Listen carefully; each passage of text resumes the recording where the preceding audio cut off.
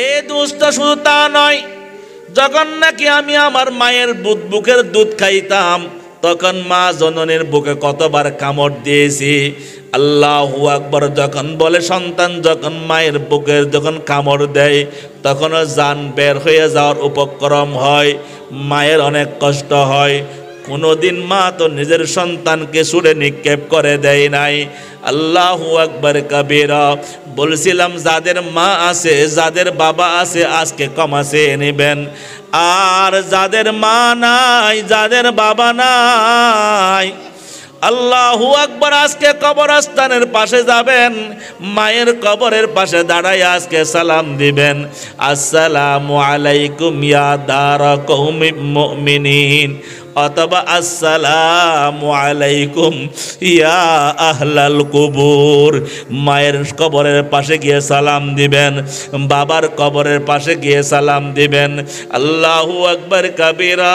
কিতাবের মধ্যে উলামায়ে কেরাম লেখেন, মায়ের কবরে গিয়ে সালাম দিয়ে তুমি ইসালে সওয়াব করবার আগে একটু দাঁড়ায়া থাকবা।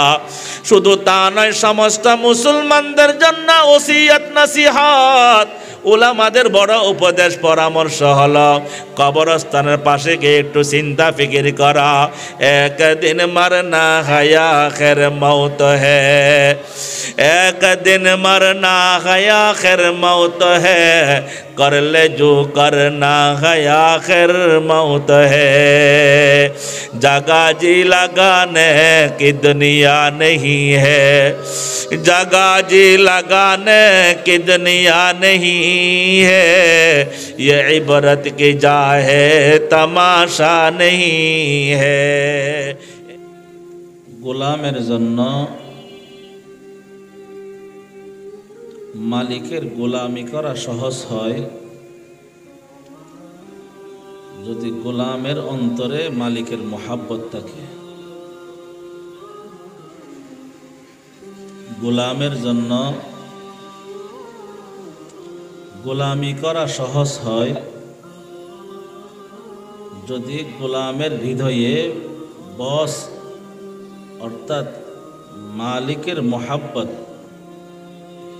মালিকের ভালোবাসা যদি অন্তরে থাকে।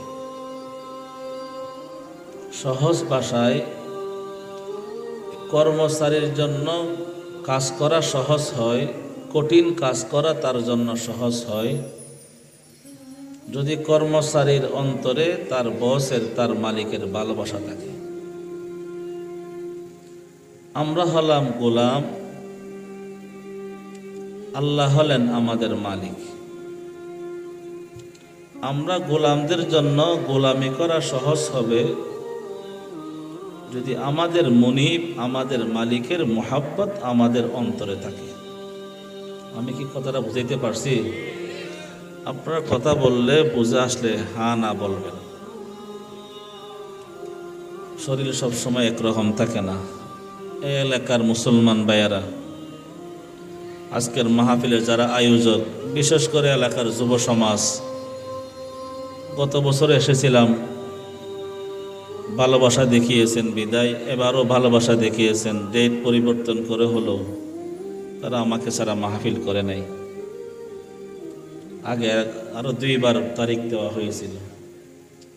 আল্লাহ পাক তাদের ভালোবাসা কবুল করুন, আমিন বলেন। বলেন, কর্মচারীর জন্য কাজ করা সহজ। কর্মচারীর, আপনার ঘরে আপনি কর্মচারী রাখছেন, আপনার দোকানে আপনার কর্মচারী আছে, কাজের লোক আছে, ওই কাজের লোকের জন্য কাজ করা সহজ যদি আপনার ভালোবাসা তার হৃদয়ে থাকলে।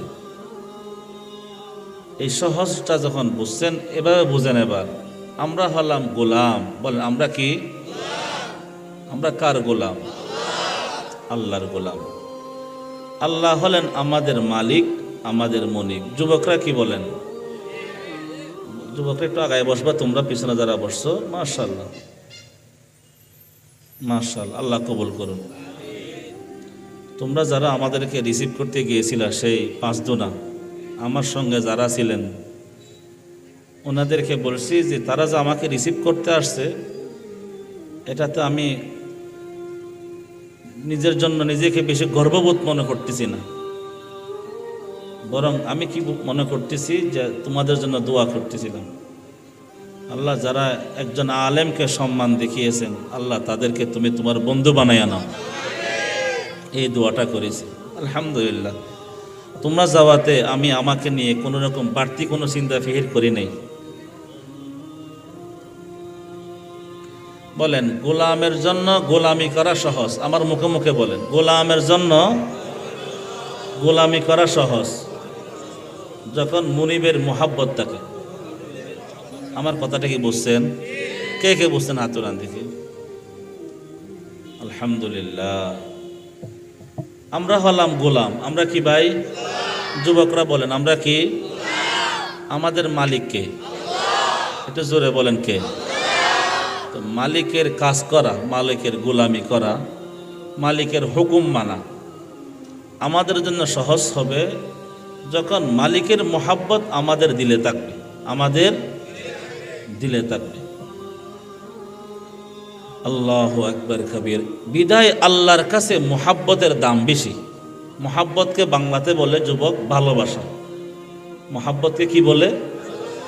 ভালোবাসা। তোমরা বলো আর কি, প্রেম। তোমরা বলো না আই লাভ ইউ, বলো না লাভ লাভ। জি, আল্লাহর প্রতি ভালোবাসা। বুকে হাত দিয়ে বলে দেখি, তুমি কাকে ভালোবাসো? সত্য করে বলো, জোরে বলেন।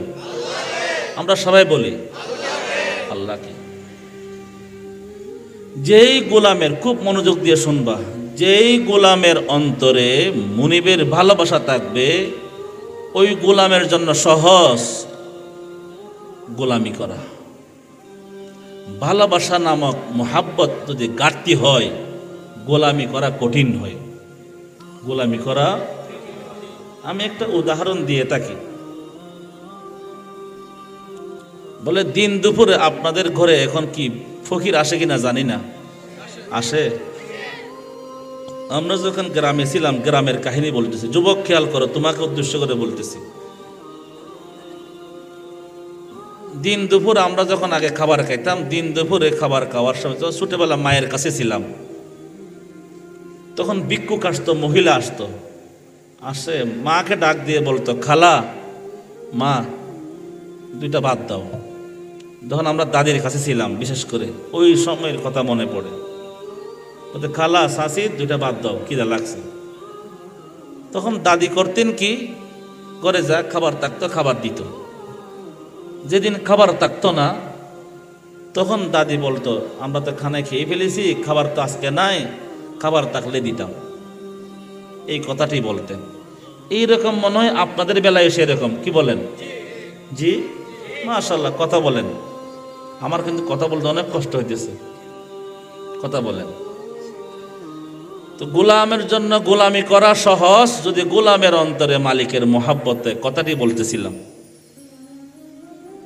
তো দাদি করতেন কি, মা খালা করতেন কি, খাবার থাকলে খাবার দিতেন, প্লেটে করে খাবার দিতেন। আর খাবার না থাকলে বলতেন, আজকে তো খাবার নাই, অন্যদিন খাবার থাকলে খাবার দিব। এই কথা বলে ফকিরকে বিদায় দিতেন। এটা সবার বেলায় এই কাহিনী। কেউ দেখতাম মাঝে মধ্যে সন্তান যখন নাকি শীতের সময় রাত দুপুর, রাত 1টার সময়, 2টার সময় শহর থেকে আসতেন। এখন তো গ্যাসের চুলা, আজ থেকে 20-25 বছর পূর্বে মানুষ গ্যাসের চুলা নিয়ে কল্পনা করে নাই। মুরব্বীরা কি বলেন? জি, তো তখন ওই লাকড়ির চুলাতে রান্না করতো সবাই। এখন তো গ্যাসের চুলা অ্যাভেলেবেল। রাত দুপুর, রাত 2টা 1টার সময় আসে, বলতেন, মা আমি তো খানা খাই নাই, খানা দাও। এটা বলতে না বল দেখতাম সে দাদি বলেন, খালা বলেন, মামি বলেন, শাশি বলেন, মা বলেন, সেই চুলাতে আবার নতুন করে আগুন লাগিয়ে। মা বোনদের একটা অভ্যাস, সচেতন মা বোনদের একটা অভ্যাস, রাতের বেলা খানা খেয়ে যখন নাকি রান্না করতে ফিরে আসতেন, তখন চুলার মধ্যে একটু পানি দিতেন। এবার এটা কিন্তু নিয়ম। মুরব্বীরা কি বলেন? অর্থাৎ চুলার আগুনে, বাবা আমি চা খাবো না, চুলার আগুনে কি দিতেন? পানি ছিটিয়ে দিতেন, যেন আগুন নিভে যায়। ওই সময় আগুন নিভে গেছে, চুলাতে আগুন নাই। সন্তান যখন রাত দুপুরে আসে, যখন বললেন মা খানা খাই না, খাবার দাও, তখন ওই বিজা যেখানে পানি ছিটানোর কারণে জ্বলন্ত আঙ্গারা নিভে গেল, ঠান্ডা হয়ে গেল। যেই চুলাতে নতুন করে আগুন লাগাবার প্রয়োজন, ওই সময় ওই চুলাতে নতুন করে আগুন লাগানোর পর ভাত রান্না করে তখন সন্তানকে খাওয়ায়। বিষয়টা কি সেরকম? আপনার কথা বুঝতে পারিনি।